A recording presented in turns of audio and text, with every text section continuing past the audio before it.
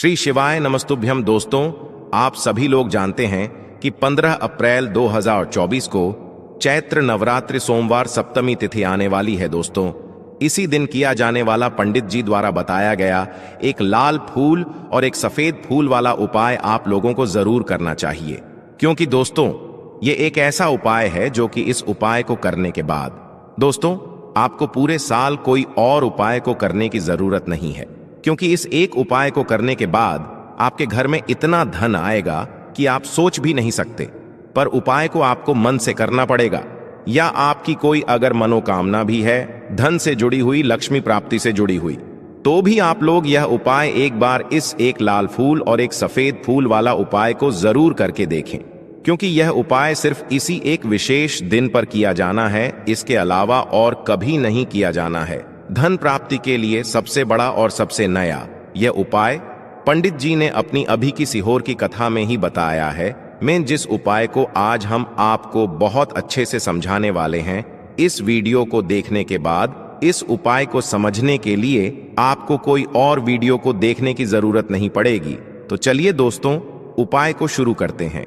देखिए, यह दिन इतना खास होता है, इतना महत्वपूर्ण होता है। देखा गया है कभी कभी बड़े बड़े पूजा पाठ अनुष्ठान से जो मनोकामना पूर्ण नहीं होती है, वह चैत्र नवरात्रि का 5वां दिन एक छोटे से उपाय करने से ही आपकी मनोकामना पूर्ण हो जाती है। और बहुत सारे लोगों ने इस उपाय को किया भी है और उनको इस उपाय को करने का फल भी जरूर मिला है। अगर आप लोग भी इस उपाय को चैत्र नवरात्रि सप्तमी के दिन करना चाहते हैं, तो आप इस उपाय को पहले अच्छे से समझ लेना, सुन लेना, उसके बाद करना। आपको इस उपाय का फल जरूर मिलेगा। और इस उपाय को करने से आपके घर में चाहे किसी भी प्रकार की दुख और समस्या क्यों ना चल रही हो, आपको उसका कारण भी नहीं पता है कि भाई ये समस्या किस कारण से चल रही है, उसका कुछ भी कारण हो सकता है, जैसे पितृदोष हो सकता है या किसी भी तरह का मंगल दोष भी हो सकता है, और भी बहुत तरह के दोष होते हैं, कुछ भी हो सकता है। पर आपको इस उपाय को करने के लिए अपने दोष को पता लगाने की भी जरूरत नहीं है। चैत्र नवरात्रि सप्तमी के दिन इस एक लाल फूल और एक सफेद फूल वाला उपाय को आप लोगों को कर लेना है। दोस्तों, अब हम समझते हैं इस वाले उपाय को हमें करना किस समय है।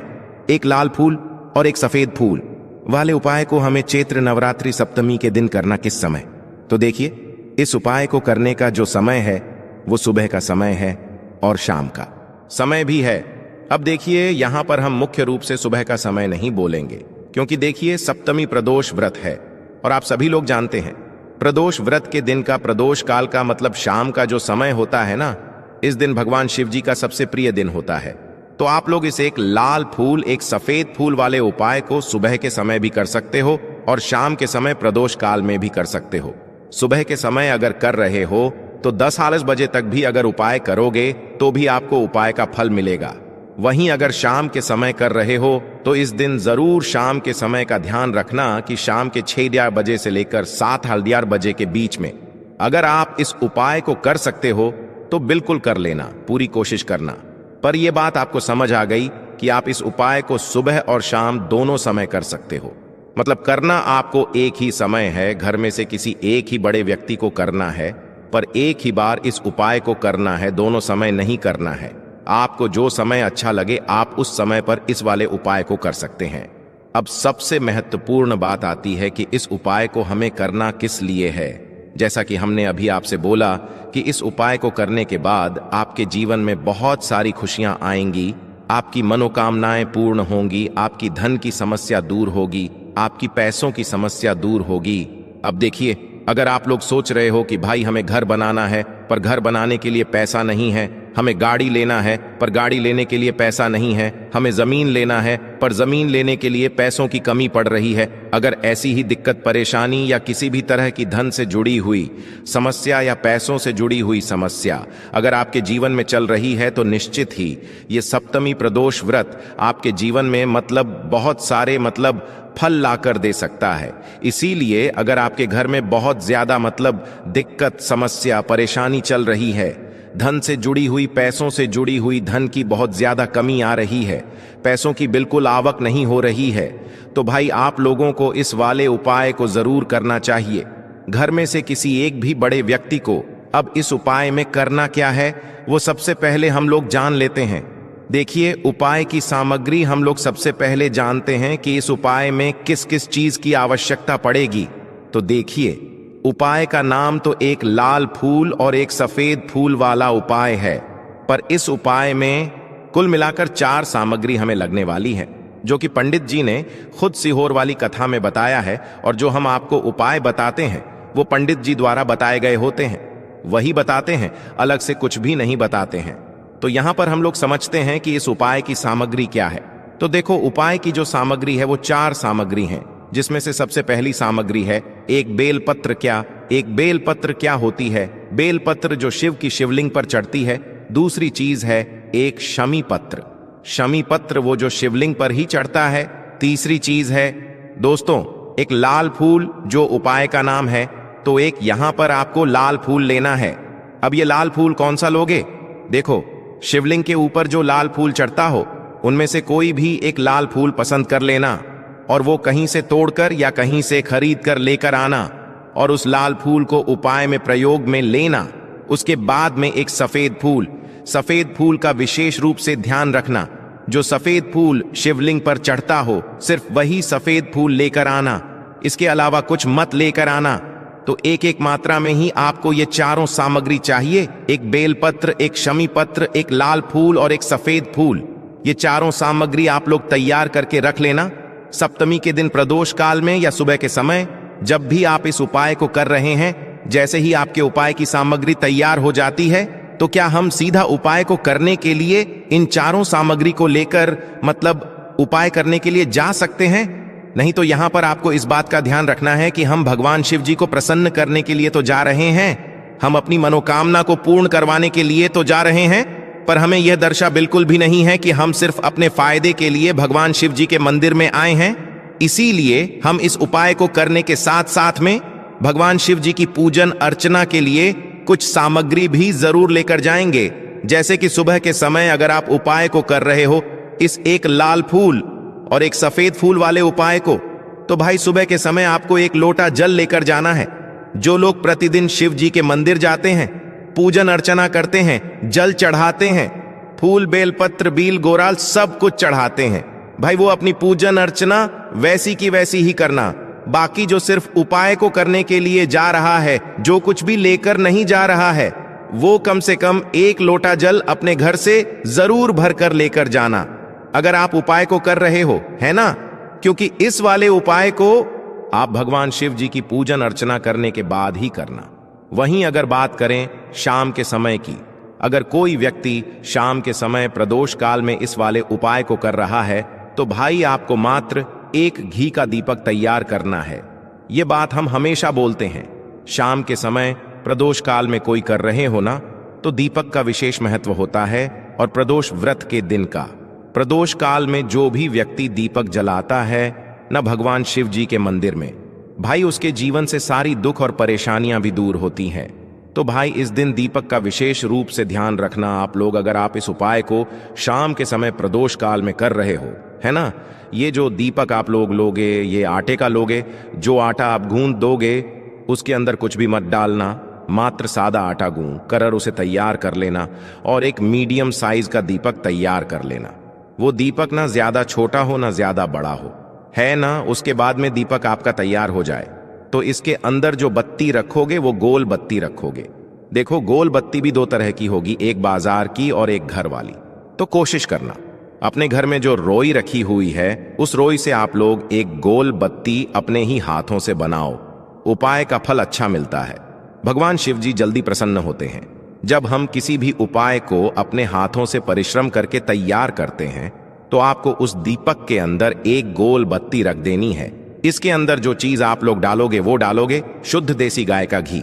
इस बात का विशेष रूप से ध्यान रखना, शुद्ध देसी गाय का घी ही डालना है।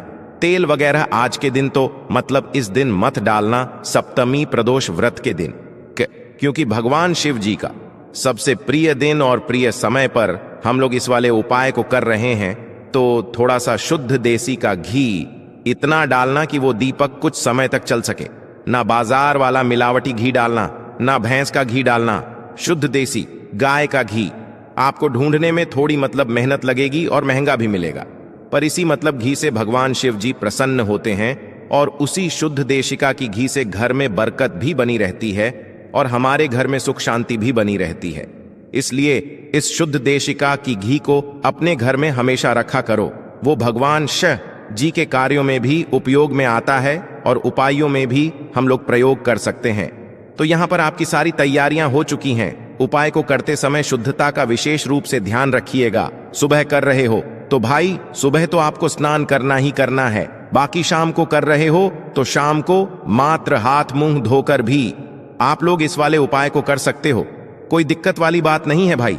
उपाय की पूरी सामग्री तैयार करके और पूजन सामग्री लेकर आपको भगवान शिव जी के मंदिर पहुंचना है, जो आपके घर के पास में हो, जहां पर शिवलिंग विराजित हो, शिवालय हो, वहां पर आप लोगों को पहुंचना है। और जैसे ही आप भगवान शिव जी के मंदिर में पहुंचते हो, जाकर ही उपाय शुरू नहीं करना है। पहले आपको भगवान शिव जी की पूजन अर्चना करना है। पूजन अर्चना कैसे करोगे? सुबह के समय गए हो तो 1 लोटा जल वगैरह जो भी पूजन सामग्री लेकर गए हो, उससे पहले पूजन सामग्री आप लोग पूजन भगवान शिव जी की कर लो।